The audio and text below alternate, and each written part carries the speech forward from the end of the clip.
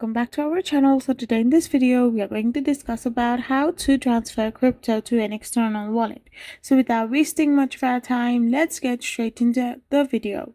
So to transfer crypto to your Ledger Nano wallet or an external wallet, you need to generate a receiving address in the Ledger Live app.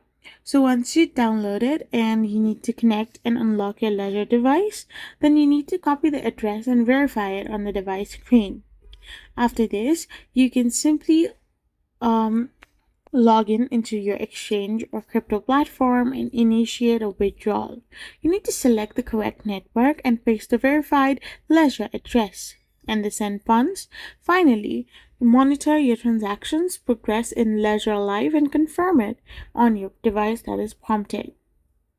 So once you do this, you will be able to transfer crypto to an external wallet, specifically Ledger Nano.